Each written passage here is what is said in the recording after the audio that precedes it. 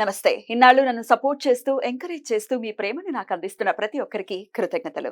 అలాగే ఈ వీడియో కూడా ఖచ్చితంగా మీకు ఉపయోగపడుతుంది. లైక్, షేర్ అండ్ సబ్స్క్రైబ్ చేసి మీ సపోర్ట్‌ని నాకు అందించండి. అలాగే ఈ వీడియో పట్ల మీకున్న అభిప్రాయాన్ని కామెంట్ సెక్షన్‌లో కామెంట్ చేసి తెలియజేయండి. ఇప్పుడు వీడియోని చూద్దాం. నమస్తే, వెల్కమ్ టు అవర్ ఛానల్. నేను పద్మిని. ప్రస్తుతంతో పాటు ప్రముఖ ఆధ్యాత్మికవేత్త, శ్రీపాద శ్రీవల్లభ దత్తపీఠం వ్యవస్థాపకురాలు, దత్త ఉపాసకురాలు శ్రీమతి లతా దత్త గారు మనతో పాటు ఉన్నారు. మాట్లాడదాం. అక్క నమస్తే. అక్క నమస్తే రా. ఎలా ఉన్నారు అక్క? బాగున్నాను పద్మిని. అక్క ముందుగా మీకు తొలి ఏకాదశి శుభాకాంక్షలు అక్క. నీకు మన రెడ్ టీవీ భక్తులందరికీ కూడా తొలి ఏకాదశి శుభాకాంక్షలు. Thank you so very much అక్క. ఆషాఢ మాస వైభవం తొలి ఏకాదశి వస్తుంది. తొలి ఏకాదశిని యావత్ దేశం అంతా అందరూ జరుపుకుంటారు అనటంలో ఎటువంటి సందేహము లేదు కదా. అందరూ కూడా ఎదురు చూస్తూ ఉంటారు తొలి ఏకాదశి ఎప్పుడు వస్తుంది. గుడి ఏ గుడి చూసినా కిటకిటలాడుతూనే ఉంటుంది. అందరూ చక్కగా స్వామివారిని దర్శించుకోవటం అవ్వచ్చు, ఉపవాసాదులు కావచ్చు, అన్ని చాలా చక్కగా వినియోగించుకుంటారు. మరి ఆదివారం రోజు వస్తున్నటువంటి ఈ ఏకాదశి ప్రాముఖ్యత ఏంటి, ఎలా చేసుకోవచ్చు ఈ ఏకాదశిని తెలిసినప్పటికీ మరొకసారి గుర్తు చేసేటటువంటి ప్రయత్నం. ఏకాదశిని మనం అసలు వదలం కాబట్టి ఏకాదశి వ్రతాన్ని నువ్వు అసలు అసలు అమ్మో, ఎలాగో అలాగా ఈశ్వరానుగ్రహం తెలుసుకున్నాము, వదలటం ఏమిటి. దైవ రుచిని అనుభవించిన వాళ్ళు ఎవరు కూడా వదలరు. కరెక్ట్ గా చెప్పారు. అయితే ఆదివారం వచ్చింది, చాలా మందికి సెలవు దినము, సూర్య భగవానుడికి సాక్షాత్తు సూర్య భగవానుడితో పూజించాల్సిన రోజు కూడా ఆదివారము. అంటే చాలా పవర్ఫుల్ డే అన్నమాట. ఆ రోజు తొలి ఏకాదశిని దైవసైని ఏకాదశి, పద్మ ఏకాదశిగా కూడా పిలుస్తారు.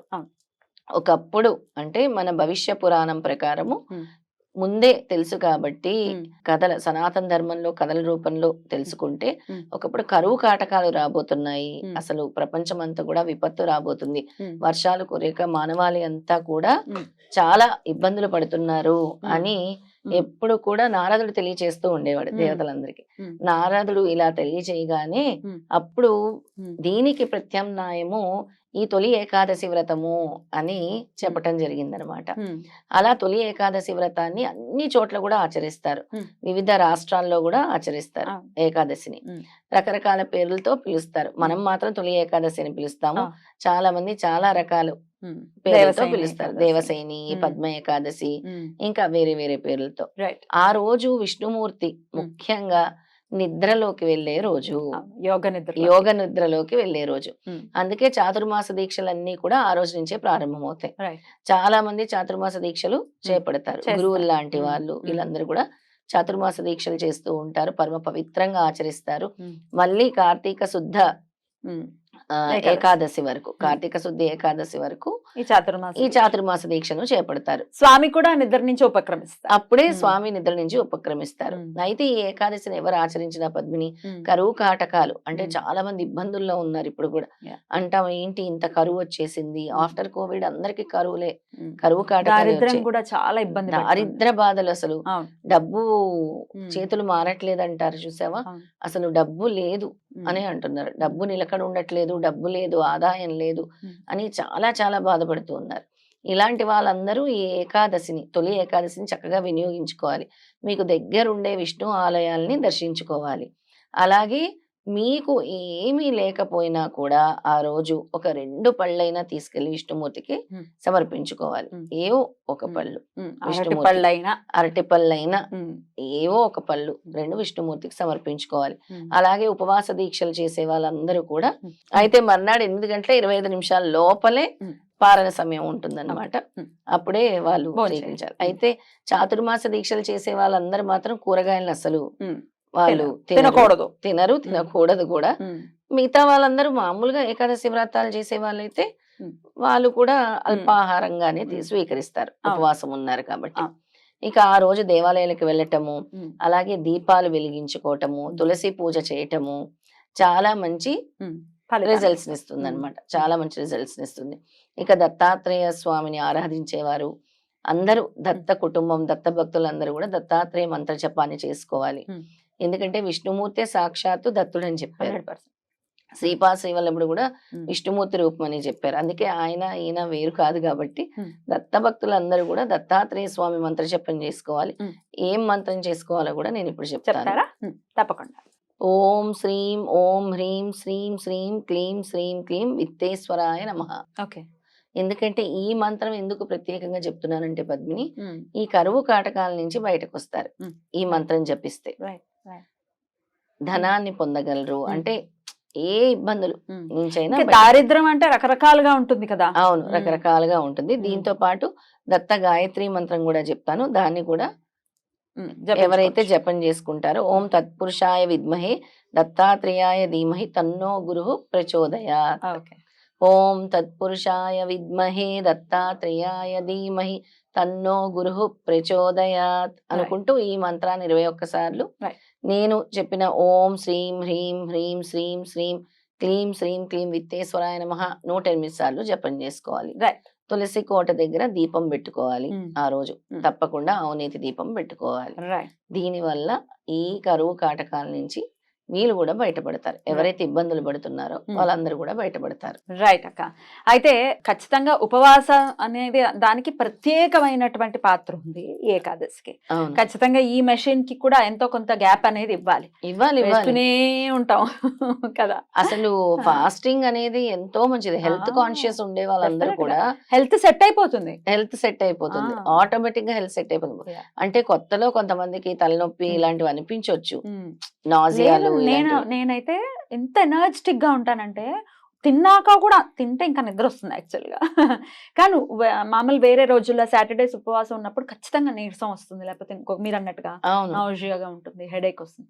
ఏకాదశి రోజు అయితే ఎటువంటి పరిస్థితుల్లో స్వామి అసలు ఎనర్జీ ఇచ్చేస్తారు.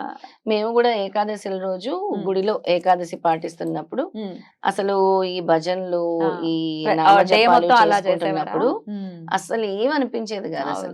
అసలు తిండి అనేది గుర్తుకొచ్చేది కాదు.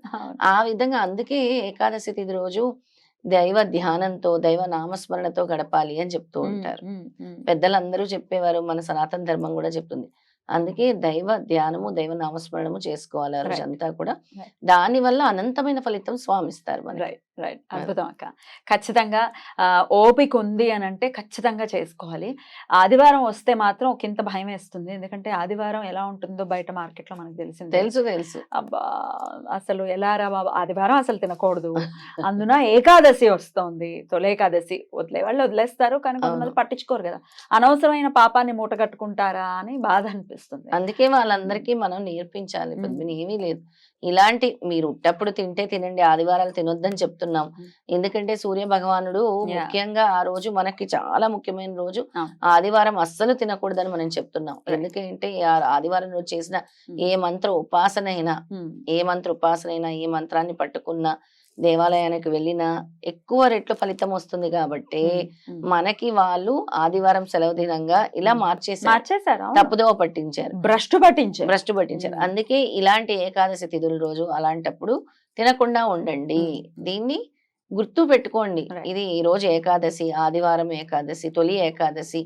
ఉట్టప్పుడు ఇలాంటివి చేసిన తొలి ఏకాదశినైనా మేము పాటిస్తాము అనుకొని మీలో మీరు అనుకుని ఒక సంకల్పం చేసుకోండి అని చెప్తున్నా. తప్పకుండా ఒకే టాపిక్ ని ఎంతమందితో అడుగుతారు అని అంటే, ఒక వీడియో మిస్ అయినా ఒక వీడియో అయినా చూస్తారు.